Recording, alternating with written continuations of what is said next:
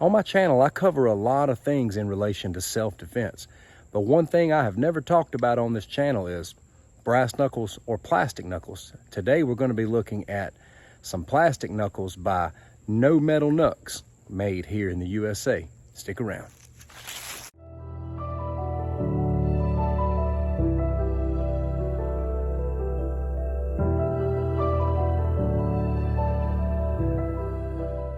Brass knuckles, plastic knuckles, where do we begin? These things have been around for a very long time. If you look at the origins, they go way back, and they've been used in some form or another throughout history, and they are a very commonly utilized and carried self-defense item. And let's face it, these things are highly regulated, illegal in many states, illegal in most parts of the world. Brass knuckles in particular are very regulated. They're illegal in many states, even here in the US, not just to conceal carry, but to have. They're illegal in many parts of the world. And with brass knuckles being as regulated as they are, we started seeing the rise of plastic knuckles. Now, when properly constructed, these can be very dangerous as well. And the ones we're going to be looking at today are very, very tough, very thick, very hard. Now, right off the bat, I'm very familiar with monkey knuckles. I've been seeing a lot of the monkey knuckles being reviewed on YouTube. They're a Canada-based company, and they're actually legal to carry in Canada, which is really good. For my first video on this subject, I wanted to go for a USA-based company because that's where I'm from, and I went with No Metal Knucks, and these are their Ergo knuckles. Now, they offer these. They offer your classic plastic knucks that just look like a regular set of brass knuckles, and they have a single knuckle type of brass knuckle. It just goes on one knuck. So let's give you an up-close look at these right here. These are plastic, very hard plastic ergonomic knuckles. Very, very, very solid, very comfortable. Now, on their website is a size chart. Now, I will tell you, whatever size your glove is, whatever your glove size, you probably want to go one size down. I wear a large glove size, and I needed to get a medium. The large was too big. If you wear a medium glove size, you might want to consider going with the small. Now, I purchased both a medium and a small just to show you the difference. Now, when I first got into this, I started looking at the circumference of my hand, the width of my hand, and I started thinking maybe I should go with the small. Maybe I should go two sizes down. This ended up being too small for my large glove size. I can't get it up over my fingers this way. Nevertheless, it's actually pretty comfortable like this. But these right here are actually the best. The mediums for me were the best with my glove size being a large. Now, I want to talk about something else, and that is the proper way to hold knuckles. A lot of people think you're supposed to slip them all the way over like this, and that's actually not correct. The correct way to wear knucks is like this. So you can come in with those haymakers and also drive it straight in this way. I'm going to do some demonstrating on Bob here in just a little bit, but the most comfortable way to wear your knucks is this way. And even the small works kind of good in this position, even if you have a large glove size. Let you get a nice look at those. Again, whatever your glove size is, get the next size down. If you wear an XL, get a large. If you wear a large, get a medium. If your glove size is a medium, maybe consider getting a small. If somebody is ever going to use something like this, whether it's brass or plastic, they have to have a really good case. There's a lot of factors that are looked into when someone has to defend themselves, because one of the first things they're going to be looking for is this really a case of self-defense? So what these types of things are is they have to be looked at as equalizers. The world of EDC is a very wide spectrum.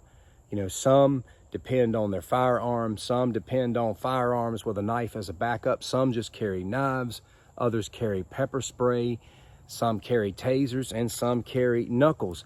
Everybody's different, and they have a different outlook on what they believe they could be effective with. A set of knucks like this could neutralize a much larger opponent who's set on your destruction.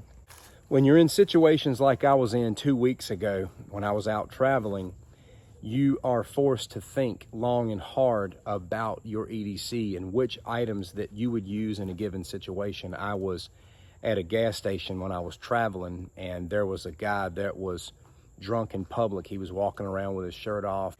He had a bandana on his head and was standing there holding like a 22-ounce can of beer.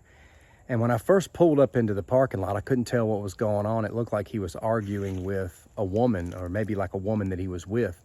And as soon as I got out of the van, I was traveling with a pretty good sized group of people, and their safety was my biggest concern from the get-go because of just the nature of this guy's energy.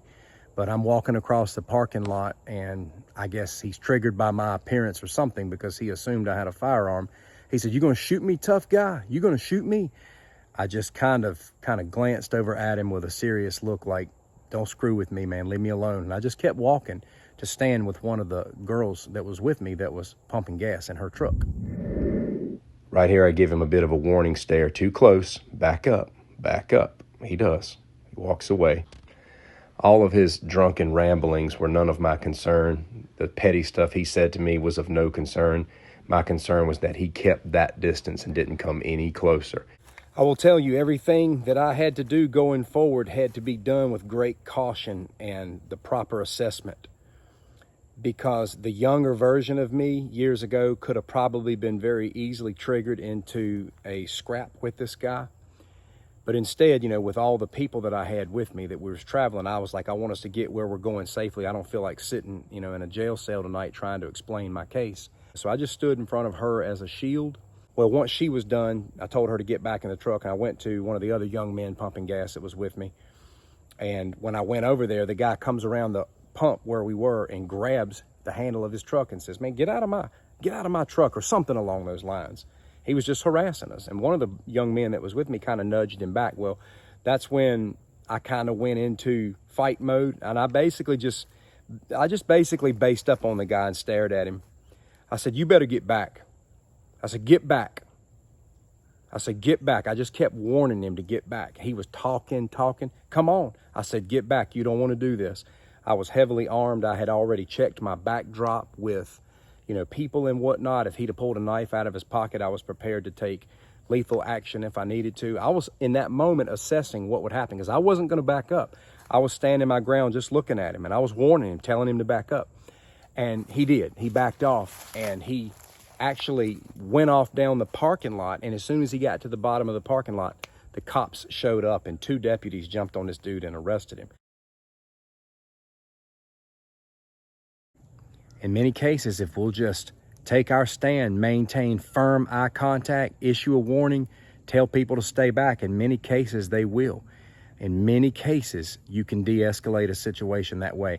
I had already heard the cops being called on this guy probably 5 to 10 minutes prior to my final encounter with him. But friends, I was prepared to go to battle with this man. Now, I'm about 5'10", close to 200 pounds. I weighed in at my last physical at 197. And I'm not a small guy, but I'm not the biggest guy in the world. This guy was walking around at about 6 foot, 240 probably. A very overweight 240, but I'm sizing up all of this stuff. I'm thinking, man, do I need to just handle this guy with, you know, hand-to-hand, jiu-jitsu? Do I need to pull a blade? I had all this stuff running through my mind, but I said all of that to say this. A guy who outweighs me by 40 or 50 pounds, who's a menace to me and people that I'm traveling with, I absolutely would deck a man like that with a pair of no metal knucks. Now let's go do some testing and talk about some technique. Let's take some shots here at this pretty hard tree and see how well we do. Very doable. I'm rocking that pretty hard. Straight in. Can feel a little bit of sensation crashing in right here, but it's not unbearable. Now the small, the ones that are really tight, that's a little bit more painful because my index is crashing in right here. So most definitely give yourself a little bit of room like this. Give yourself a little bit of room, because again, you're crashing in this way, boom, boom, and you're coming in this way. You're not riding it up here. That's going to hurt you. It's not going to do as well. You want to be able to hit this way because you're being supported here. I know it's a little unorthodox, but that's how it is. Now I'm smacking a hard tree. A human's not going to be as hard as this tree is, because the human's going to give more than this tree is. And if you smack a human in his grill right here, or you catch him, you know, in the dome with a pair of these plastic knucks, he's going to have a little bit more give. So it's not always necessarily about a full-blown swing. It's about a nice firm swing and landing in the right spot. quick shot to the grill. You can have this end of it. You can strike. You can come in and strike. You can quick shot to the eye. There's a lot of different ways you can strike. Hooks this way, even here. But anyway, you've got it just like that right there. Boom, and you're striking. Let's work Bob a little bit.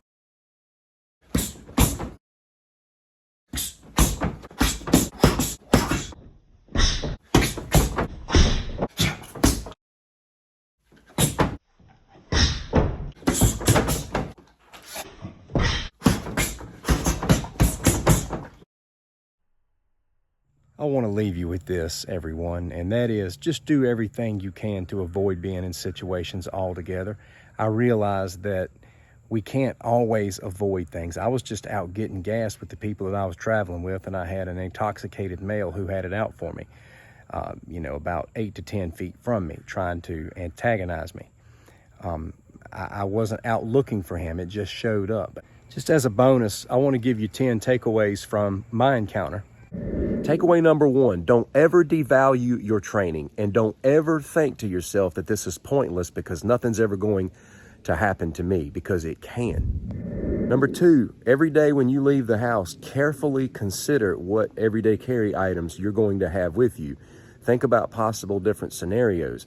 There are times when you may have to use deadly force. There are times when you may not have to use deadly force, but you got to be prepared to do both. Number 3, understand that certain places are high-risk areas, and I can tell you right now from experience throughout my whole life that gas stations and truck stops are very high-risk locations where your situational awareness radar needs to be pinging.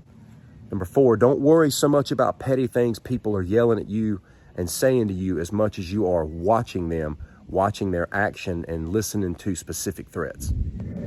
Number 5, continue to breathe. Don't hold your breath. Like I said in the video the other day, continue airflow. Keep breathing. Stay focused on what's important. And know that if you've trained, then your training will go to work for you as much as it can. Number 6, if that situation happens, you have to accept it. You have to accept the fact that you're in a possible fight, and you have to be 100% committed to take action. No bluffs. You got to be 100% committed to do what you have to do for your survival and for those around you. Number 7, know that there are witnesses and be prepared for a great majority of them to be filming you, because I had a lot of cameras on me. Number 8, if you drive into a high-risk area, maybe drive around and see what's going on. See who's in the parking lot and observe what's going on. That's the one thing I could have done different. I could have gone up the road a little further to see if there was a gas station. But if not, I could have just paused and called the police and said, there's an altercation at this store, can you come clear it up? And then we would just drive back down there. That's the one thing I could have done different, is I could have caravanned somewhere else. I simply misread the situation, but when I got out of the car, I realized that this guy was yelling at anybody in his path. Number 9, understand that your psychological approach, your eye contact, your body, and your disposition is just as much of a weapon as any technique you can pull out. Number 10, be fierce and be focused, and let de-escalation and safe escape be your main concern. If that's a fight, it's a fight, but don't make that your first option. Stand your ground and don't reason with a madman, and don't try to sweet talk him, and don't let him lure you into some conversation or some debate. Don't have a conversation with him. If you're armed and you're trained, the only condition that that man needs to meet is that he gets back and that he gets away from you and allows you to make a way. I know this video was a little bit longer, and it wasn't just a review of No Metal Knucks. It was really a special look at self-defense and situational awareness as a whole, and this is just one of many options for you. Thank you so much for watching. I'd love to hear from you in the comments. Take care.